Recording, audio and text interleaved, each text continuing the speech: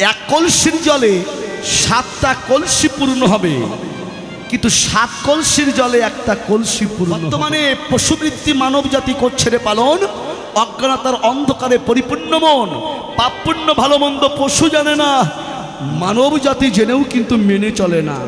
হরি বল।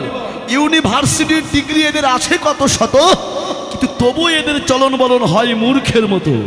বাদরে আদর বেশি হচ্ছে সারা দেশে, পিতামাতার সেবা ছিঁড়ে কুকুর কিনে পোষে না।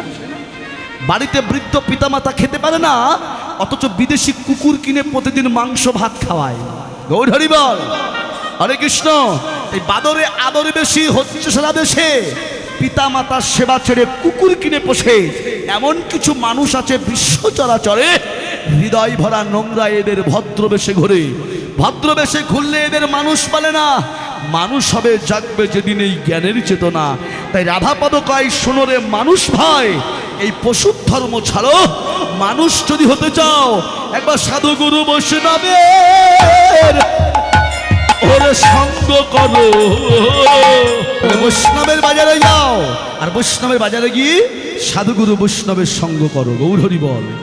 ও মায়েরা, দাপার যুগ যখন শেষ হয়ে যাচ্ছে, কলিযুগ তো কলি আসছে, আর ঠিক এই সময় যুধিষ্ঠির মহারাজ, ধর্মরাজ ছিল তো, তাই না? আমরা ধর্মরাজ বলি কাকে? যুধিষ্ঠিরকে। তা যুধিষ্ঠির ধর্মরাজ একটা বক তাকে প্রশ্ন করছেন, যুধিষ্ঠির তুমি তো ধর্মরাজ, সামনে কলিযুগ আসছে। হরে কৃষ্ণ বাবা, সামনে কলিযুগ আসছে, তা শুনেছি কলিতে কত অন্যায়, কত অত্যাচার, কত পাপাচার, কত দুরাচার, ব্যভিচার হবে। তা সব থেকে আশ্চর্য কি হবে কলিতে? যুধিষ্ঠির বলেছিল, বক এই কলিযুগে সব থেকে আশ্চর্য হবে একটাই জিনিস, সেটা কি? এক কলসির জলে 7টা কলসি পূর্ণ হবে, কিন্তু 7 কলসির জলে একটা কলসি পূর্ণ হবে না। তত্ত্বটা কি? তত্ত্বটা হলো এই কলিযুগে একটা মায়ের স্তন দুগ্ধ পান করে জগতে 7টা ছেলে মেয়ে মানুষ হবে, কিন্তু 7টা ছেলে মেয়ে ইনকাম করে একটা মা বাবাকে খেতে দিতে পারবে না। হচ্ছে না? বাবার 5 ছেলে, বড় ছেলে ইঞ্জিনিয়ার, কেউ ব্যারিস্টার, কেউ বড় ব্যবসায়ী, কেউ স্কুল মাস্টার। হরি বল। অথচ বাড়িতে বৃদ্ধ বাবা মাকে খেতে দেওয়ার মতন কেউ নেই। হরি বল। বৃদ্ধ বাবা মাকে খেতে দেওয়ার কেউ নেই। বাড়িতে ডেকে বউ ছেলেকে বলছে, শোনো, আজকে বাড়িতে হয় তোমার মা থাকবে, নইলে আমি থাকবো, তুমি কোনটা চাও? হরি বল। হরে কৃষ্ণ। তাহলে কি বউ চাই? গৌর হরি বল। ও মায়েরা, ছেলেও চিন্তা করলো মা বৃদ্ধ হয়ে গেছে, যাই মাকেই বাড়ির থেকে বের করে দিয়ে আসি। হরি বল। এই দেখুন, এখন মাকে কি করছেন, বড় করে ঝুড়ি বানিয়ে ওই ঝুড়ির মধ্যে মাকে বসিয়ে মাথায় করে নিয়ে যাচ্ছে সুন্দরবনে, বাঘের মুখে দিয়ে আসবে। তাই যেতে যেতে মা আকাশে প্রচন্ড মেঘ করেছে, প্রচন্ড মেঘ, আর সেই মেঘ করেছে, সন্ধ্যাও নেমে এসেছে। ছেলেটা মাকে একটা গাছের তলায় নামিয়ে, হরি বল, মাকে প্রণাম করে বলছে, মা এইবার আমি যাই।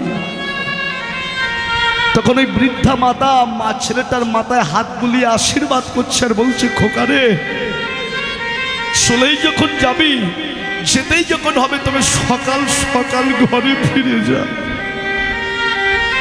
সন্ধ্যা ঘনিয়ে গেছে, সকাল সকাল ঘরে যা। আকাশে প্রচন্ড মেঘ, বিদ্যুৎ চমকাচ্ছে। তখন ওই বৃদ্ধা রমণী দুটি বাহু উত্তোলন করে গোবিন্দের কাছে কেঁদে বলছি, গোবিন্দ, আমার ছেলেটা বাড়িতে না যাওয়া পর্যন্ত যেন বৃষ্টি নেব না।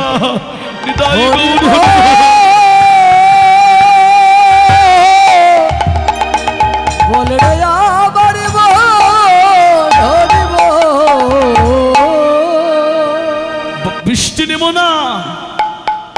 তখন ওই ছেলে কি আর থাকতে পারে, ছুটে গিয়ে মায়ের চরণ দুখানা বুকের মধ্যে জড়িয়ে ধরে বলছে, মা, পৃথিবীর সব কিছু চলে গেলেও তোমার মতন মাকে ছেড়ে আমি কোথাও যেতে পারবো না। তাই তো কবির ভাষায় বললেন, যে জন দিবসে মনের হরসে জ্বালাই মোমের বাতি, আশুগৃহী তার জ্বলিবে না আর নিশীতে প্রদীপ ভাতি। ওগো চিরসুখী জন ভ্রমে কি কখন ব্যথিত বেদন বুঝিতে কি পারে, কি যাত না বিষে বুঝিবে সে কিসে, কভু আসি বিষে দংশে নিজারে। সাপে যাকে কামড়িয়েছে একমাত্র সাপের বিষের জ্বালা একমাত্র সে জানে, যাকে কামড়ায়নি সে কোনোদিন বুঝতে পারবে না। এই জগৎ সংসারে যে সন্তানের মা হারিয়ে গেছে আর যে মায়ের সন্তান হারিয়েছে, যার হারাইয়ে গেছে জ্বালা,